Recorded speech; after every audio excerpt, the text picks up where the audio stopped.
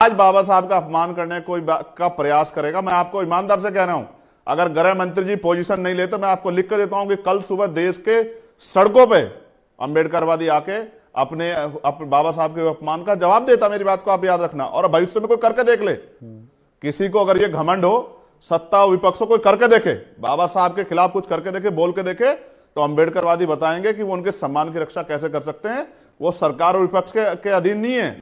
बाबा साहब का अपमान करने की हिम्मत आज किसी में भी नहीं है। अगर गलती से किस पे हो भी जाता है तो उसको भी एहसास हो जाता है, क्योंकि बाबा साहब को मानने वाले लोग देश में नहीं दुनिया में बहुत हैं, और उनके मानने वाले वो अनुयायी हैं, भक्त नहीं है, लेकिन वो बाबा साहब के सम्मान के साथ हुई छेड़खानी पे कुछ भी कर गुजर सकते हैं।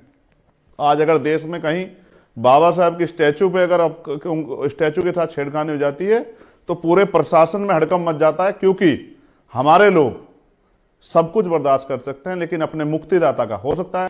लेकिन इस देश के करोड़ों शोषितों, वंचितों, महिलाओं के लिए मुक्तिदाता है। और मेरे लिए इवन एडवोकेट चंद्रशेखर आजाद अगर मेंबर ऑफ पार्लियामेंट है तो डॉक्टर बाबा साहब अम्बेडकर के संविधान की वजह से है। अगर इंदिरा गांधी जी प्राइम मिनिस्टर बनी महिला होने के बाद तो बाबा साहब अम्बेडकर के संविधान की वजह से बनी। उनको आप किसी भी तरह से कोशिश करके देश से अलग नहीं कर सकते। तो ध्यान में रख के उनके प्रति समर्पण पे, और ये हुआ एक समय पे आके, ये हुआ भी। लेकिन आपको याद है कि बाबा साहब की शव यात्रा भी निकाली गई, उनकी जी शव यात्रा आरएसएस के लोगों ने निकाली। जिसने जो कहा, आज जो सरकार के मंत्रियों को जो मौका मिला है वो कांग्रेस के कर्मों की वजह से मिला है। जो कांग्रेस ने किया भूलने का विषय नहीं है। बाबा साहब सबके लिए करते थे। बाबा साहब महिलाओं की बात करते, उन्होंने हिंदू कोड बिल पे इस्तीफा भी दिया। पार्लियामेंट में संविधान पे चर्चा कर रहे हैं तो आप उस वर्ड का यूज भी नहीं कर रहे हैं।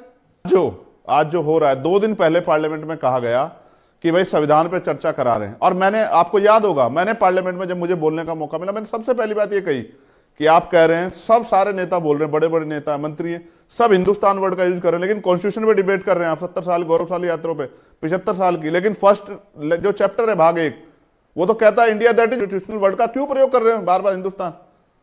तो सरकार के मंत्रियों ने बोला, विपक्ष के नेताओं ने बोला, तो सरकार के मंत्रियों ने भी जो है संविधान की चर्चा में कही है कि मैं, सरकार के संसदीय कार्य मंत्री ने कहा कि आज भी मैं बहुत जिम्मेदार से कह सकता हूं कि उनके जितना विद्वान कोई व्यक्ति देश में नहीं है, ना हुआ ना होगा।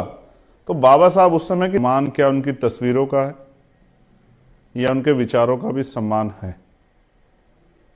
मैं स्पष्ट रूप से कहना चाहता हूं कि कल जो गृह मंत्री जी ने जिस तरह के शब्दों का प्रयोग किया वो उनके कद को शोभा नहीं देते, क्योंकि बाबा साहब अम्बेडकर, आप ये समझिए कि कोई ऐसा गांव नहीं जहां बाबा साहब अम्बेडकर के विचार ना हो। देश का, किसी भी स्टेट का, यूनियन टेरिटरी का कोई ऐसा गांव, कोई ऐसी गली नहीं है जहां बाबा साहब के विचार ना हो। तो कभी बाबा साहब किसी के लिए जरूरी रहे, कभी मजबूरी रहे। तो मजबूरी जरूरी में, जैसे संविधान के समय बाबा साहब इस देश की मजबूरी थे, क्योंकि बाबा साहब